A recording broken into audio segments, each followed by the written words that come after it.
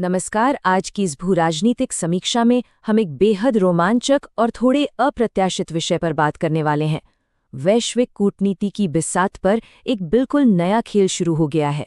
आज हम बात करेंगे भारत और तुर्की के बीच उभरते रणनीतिक समीकरणों की। ये कोई आम चर्चा नहीं है, ये कहानी दक्षिण एशिया से शुरू होकर सीधे यूरोप के मुहाने तक जाती है।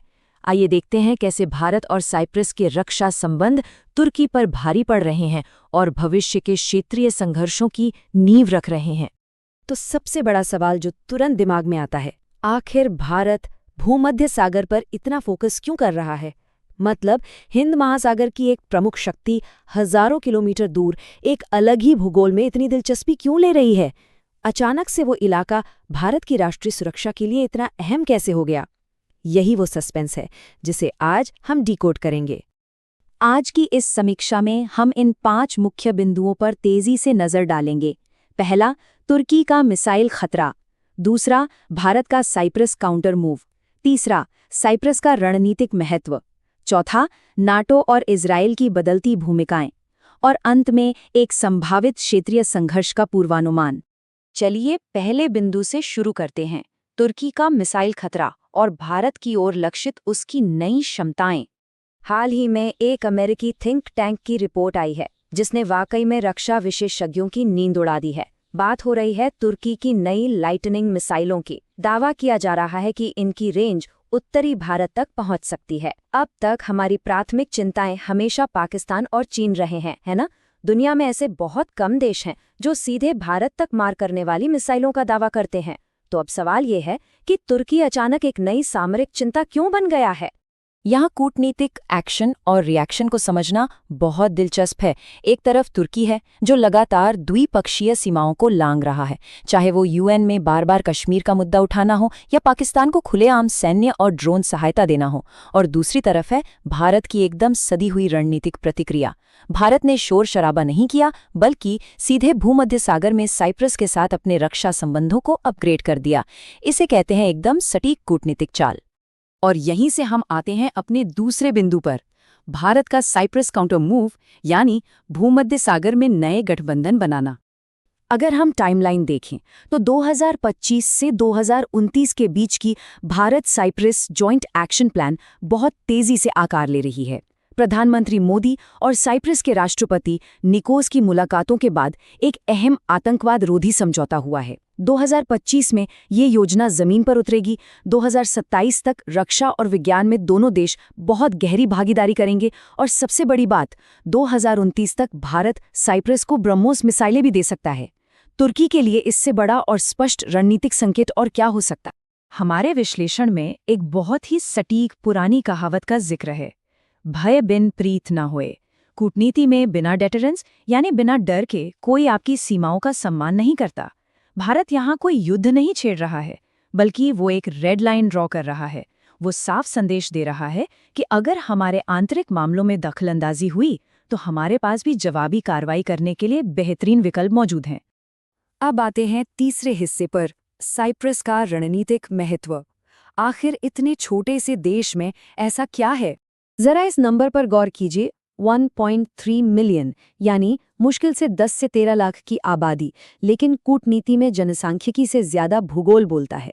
साइप्रस की लोकेशन भूमध्य सागर में इतनी प्राइम है कि ये तुर्की की सबसे बड़ी रणनीतिक कमजोरी बन जाता है। और जब इस छोटे से देश के पीछे भारत जैसी महाशक्ति का रक्षा समर्थन हो तो तुर्की का सिरदर्द बढ़ना लाजमी है। वर्तमान में साइप्रस द्वीप गहराई से बंटा हुआ है। एक हिस्से पर तुर्की का कब्जा है, जिसे उत्तरी साइप्रस कहते हैं, और दूसरा बड़ा हिस्सा ग्रीस समर्थक साइप्रस गणराज्य है। भारत ने अंतर्राष्ट्रीय मंचों पर साफ कर दिया है कि वो साइप्रस के शांतिपूर्ण समाधान के पक्ष में है। कूटनीतिक भाषा में इसका सीधा मतलब है तुर्की के कब्जे वाले इलाके का मुद्दा उठाना। ये सीधे तुर्की की दुखती रग पर हाथ रखने जैसा है। अब चौथे बिंदु की ओर बढ़ते हैं, नाटो और इजरायल की बदलती भूमिकाएं। कैसे पूरी दुनिया के गठबंधन शिफ्ट हो रहे हैं। ये बदलती हुई स्थितियां दिखाते हैं कि वैश्विक स्तर पर क्या खिचड़ी पक रही है। मध्य पूर्व की महाशक्ति इजराइल अब खुले तौर पर तुर्की को भविष्य का दुश्मन मान रहा है। अमेरिका और तुर्की के बीच भी लगातार खटास बढ़ रही है। यहाँ तक कि नाटो की प्रासंगिकता पर भी सवाल खड़े हो रहे हैं। वैश्विक गठबंधनों का ये शिफ्ट होना भारत के लिए साइप्रस के साथ अपने रक्षा संबंधों को मजबूत करने का बिल्कुल परफेक्ट टाइमिंग साबित हो रहा है। और अब हमारा आखिरी और सबसे अहम बिंदु, क्षेत्रीय संघर्ष का पूर्वानुमान, भूमध्य सागर का ये नया फ्लैश पॉइंट। रक्षा विश्लेषकों का ये पूर्वानुमान वाकई डराने वाला है। उनका मानना है कि अगले 5 सालों के भीतर दक्षिणी भूमध्य सागर एक बहुत बड़े नौसैनिक संघर्ष का अखाड़ा बन सकता है। जरा सोचिए, जो खूबसूरत भूमध्य सागर आज अपने नीले पानी और लग्जरी क्रूज शिप्स के लिए मशहूर है, वो विशाल युद्धपोतों के वॉर जोन में तब्दील हो सकता है। इस पूरी स्थिति की गंभीरता बहुत अधिक है। लेकिन ये सब अचानक नहीं होगा। ये 3 चरणों में आगे बढ़ेगा। पहला चरण है कूटनीतिक उकसावे, जो अभी हम देख ही रहे हैं। दूसरा चरण होगा रणनीतिक सैन्य सप्लाई, जैसे भारत का साइप्रस को ड्रोन या मिसाइल देना, बिल्कुल वैसे ही जैसे तुर्की ने पाकिस्तान को ड्रोन दिए थे। और तीसरा चरण होगा इन्हीं वजहों से एक बहुत बड़े भूमध्य सागरीय संघर्ष का ट्रिगर हो जाना, एक चिंगारी और बड़ा धमाका। अगर ऐसा कोई युद्ध होता है तो गठबंधन बिल्कुल स्पष्ट दिखाई देते हैं। एक तरफ यानी गठबंधन ए में तुर्की शायद बिल्कुल अकेला पड़ जाएगा, और दूसरी तरफ गठबंधन बी में साइप्रस, नाटो सदस्य ग्रीस और इजराइल होंगे, जिन्हें पीछे से भारत का मजबूत रणनीतिक सपोर्ट मिल रहा होगा। यह स्पष्ट रूप से दिखाता है कि कैसे 2 देशों की तनातनी एक मल्टी नेशन वॉर का रूप ले सकती है। तो इस पूरे भू-राजनीतिक समीक्षा से आखिर में सबसे बड़ा सवाल क्या निकलता है? क्या भारत और साइप्रस के ये रक्षा समझौते एक मजबूत निवारक के रूप में काम करेंगे और तुर्की की आक्रामकता को रोक लेंगे, या फिर ये अनजाने में ही सही दुनिया की बड़ी ताकतों को एक नए और खतरनाक भूमध्य सागरीय युद्ध में खींच ले जाएंगे? इन बदलते समीकरणों पर हमारी नज़र बनी रहेगी, क्योंकि ये सिर्फ कूटनीति नहीं है, ये हमारी वैश्विक स्थिरता का सवाल है। आज की इस समीक्षा से जुड़ने के लिए आपका बहुत बहुत धन्यवाद।